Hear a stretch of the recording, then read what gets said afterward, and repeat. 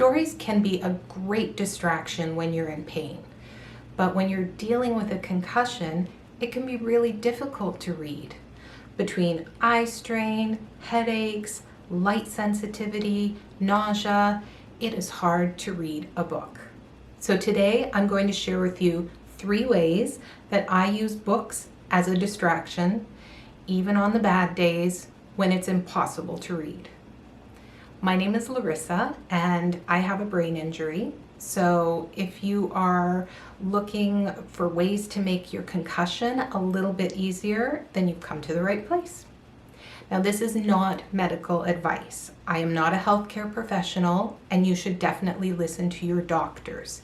If they say don't read, don't read. I am a reader. I love books. I used to work in a library. And since my concussion, I've been dealing with a lot of things that have made reading difficult.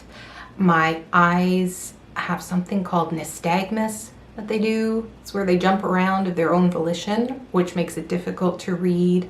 I have a lot of migraines and headaches and other things that make it difficult to read. And I missed books and I missed stories. But living with a concussion means that I've had to find some ways to still access the things I love, just in different ways. One great way of accessing story without having to read a book is listening to audiobooks. And I know there are some people who say it's not the same. And it's not the same, but it's still really good. And there are narrators out there that make listening to audiobooks even more exceptional than picking up a paperback copy of a book and reading it. I'm sure that many of you know that there's Audible, and if you go to your library, they have all sorts of different resources. There's Libby, there's Hoopla, there's Cloud Library. So there are different ways of accessing audiobooks, and make sure you stay till the end because I'm going to share tips on ways to get your device to read for you for free books from your Kindle. Many libraries also have things like this. This is a playaway. They have daisy readers, a lot of different options for listening to audiobooks. So when you open it up, there's this little device in here, and it's got an audiobook stored on it. So if you don't want to listen to your phone, if you don't want to be playing through one of your speakers, there are options out there. On days where I find it difficult to follow along with a story, if my ears are sensitive and if my brain is just not keeping up with the plot, poor brain, I enjoy books that have to do with things that I like. For example, I am a Christmas fanatic. I start planning for Christmas in June. I test out new recipes for Christmas in July, and I spend the second half of the year getting ready to celebrate Christmas. So at the library, I found a book on how to make your own ugly sweaters, which was a lot of fun to flip through. There's not a lot of text in a book like this, and there are big pictures that you can look at and feel like you're enjoying something. It's distracting the way stories are, the way books are, without being as cognitively engaging. I also found this Hallmark Countdown to Christmas book, and I found a lot of books at local used bookstores. These larger books take up a lot of space in their store. So often they are trying to get rid of these guys for $1 or $2 a copy. And you can grab some books that you can flip through. You can get art books, books on motorcycles. I got a book on antique watches. And it's fun to flip through. It gives you something to focus on and look at without having to read words. I grabbed a bunch of cookbooks from, again, my local thrift store and from the library and from my own shelves. I pulled out cookbooks that I've had for eons, and I started going through them and planned what I might like to try when my brain is better. And I found a few through books like Make Ahead Meals. I've got one here, I didn't know my slow cooker could do that. These guys actually helped with my brain injury because I found some recipes that were a little easier to pull together, chuck it all in a crock pot and be done with it. And then I could toss portions into the freezer so that on the bad days when my brain was hurting and I was hungry, but I couldn't handle standing in the kitchen and cooking a meal, I wasn't just having melted cheese on toast. I was able to pull something out of the freezer and defrost it. So on a good day, I can take a look at the cookbooks, I can come up with some ideas. On another good day, I can actually toss the food into the slow cooker and feel like I'm setting myself up for success down the road on the days when I'm not having such a great day.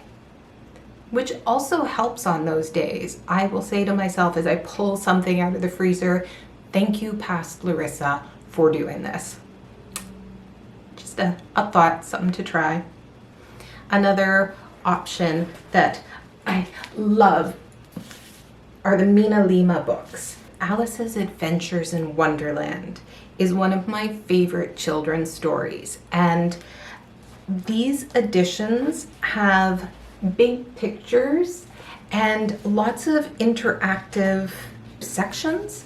So this one with Tweedledee and Tweedledum, you can flip these little thingies and there are different hats, like you dress them in different outfits, which when you're having a crappy day and your brain is fried and your head hurts and you just need something to distract you, sometimes a story from your childhood that has cool pictures like this is really soothing. It gives you something to be distracted by, but you already know the story. We all know how Alice in Wonderland turns out.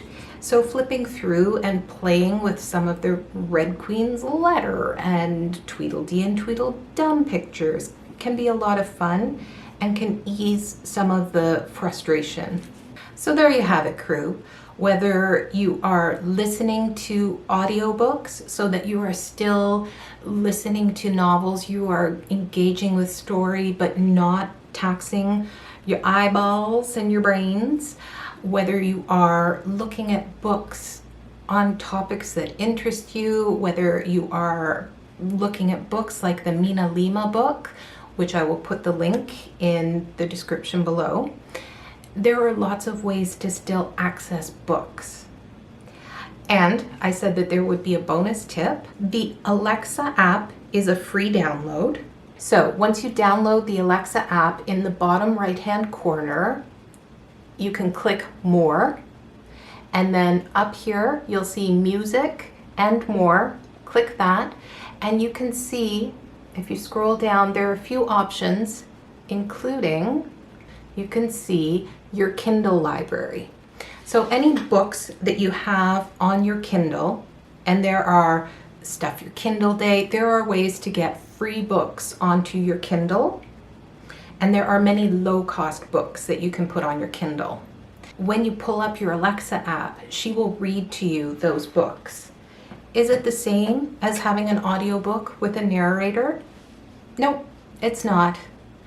But if you're like me, and some of your favorite books are quirky, not mainstream, I like some time travel books, I like Jasper Ford's books are amazing. His Thursday Next series. But some of the titles from this 8-book series are not available as audiobooks. But I could buy them on Kindle and then have Alexa read them to me.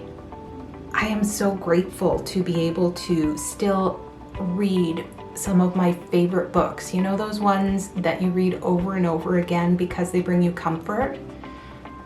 That's this series to me. And some of the Anne of Green Gables series, like Anne of Windy Poplars, is not available as an audiobook. So being able to listen to those books has been a comfort. And of course, both the Alexa app and the Kindle app are free downloads, and there are free books on Kindle. It doesn't just have to be paid books. Thank you so much for watching this episode. I appreciate your time, and if this content was valuable to you, I hope that you will like and subscribe so that you'll get notified about upcoming videos. Thank you so much. Happy reading, and remember, you are not alone in your concussion.